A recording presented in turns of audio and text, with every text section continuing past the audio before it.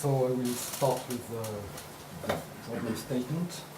What we are concerned with here. Oh. Little, is this green? Yeah, green. Yeah, that's green one. Yeah, should work. So we're interested here in multi-objective decision making, and we target some realistic environments. I mean real-world environments, which mean in fact a fair level of dynamicity, of stochasticity, and these environments are generally continuous. We will also assume that the system has never enough knowledge and resources to achieve all of these goals. This means, in fact, that knowledge will be grounded in experience and not in any sort of infections. But the knowledge then has to be revised continuously. We also have to take into account the fact that we will be conducting reasoning under uncertainty. And of course, we want the agent to perform its task in real time, and I would add, any time.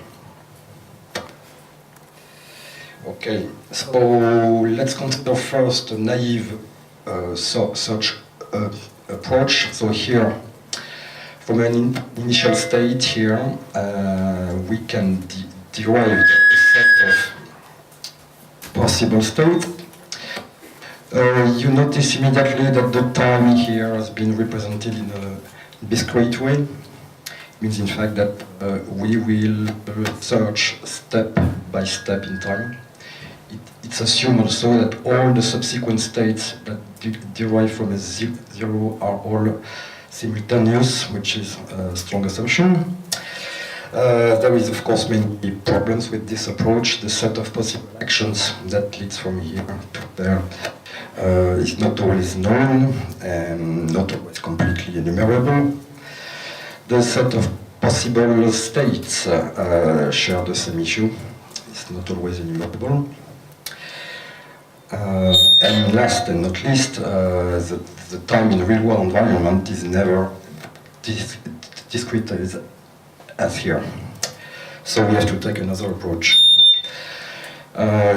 We will consider time as flowing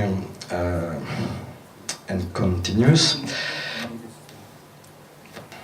And we will have the search guided by the predicted value of interesting future state. I say interesting state, which is in fact a subset of the possible states. What is the value I'm talking about here? The value is computed as the relevancy to the goal the system actually has. The set of possible course of action becomes an ordered set of interesting actions. What is interestingness? Interestingness is the real value which is derived from experience. And experience consists here in learning, in the focus of attention, and self-compilation, as I mentioned yesterday morning.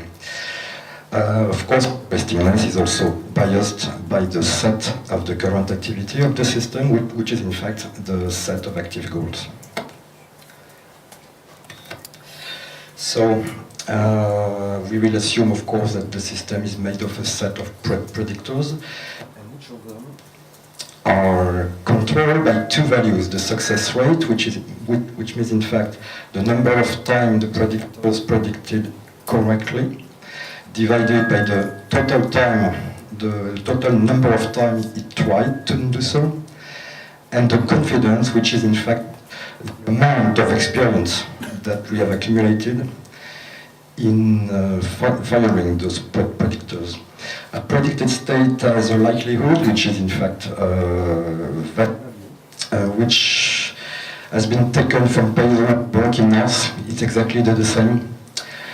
What we add here is the goal utility, which is in fact the product of the priority of the goal and of its time horizon, computed from the moment where the function is evaluated. And last, we have a third helper function, which is called goal achievement. One if a goal can be achieved in a state S, and -1 if not. So, what is in fact the expected value for a state S? Let's assume that this value is computed at a certain point in time, where the system is in a state S0. So S could be derived from S0 after a certain number of steps, actually. And the expected value is the product of all the likelihoods of all these intermediate states here.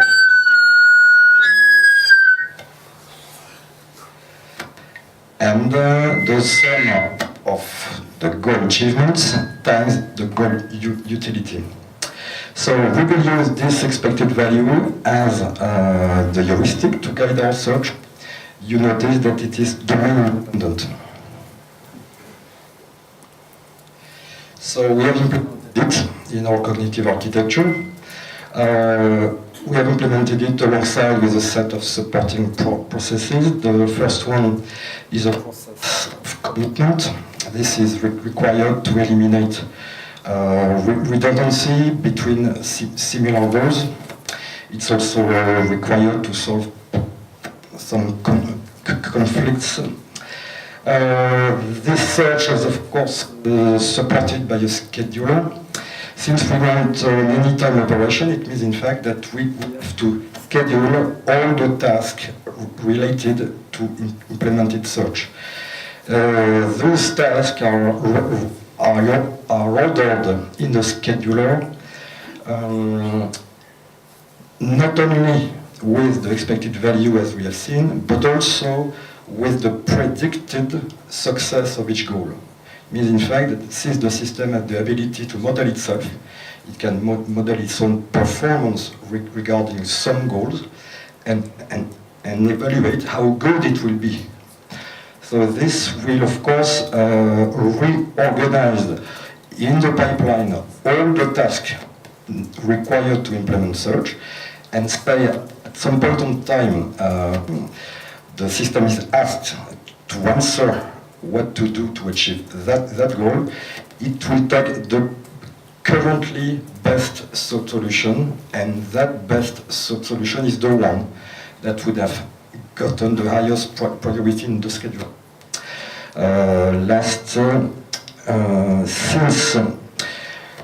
Since the system constantly updates its expected values, it means, in fact, that because those values are impacting the scheduling, we are constantly rescheduling tasks, and it has an impact on. Okay, that's it.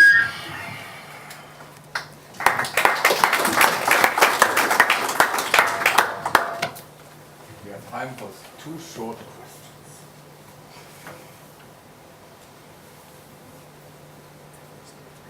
Comments? Remarks?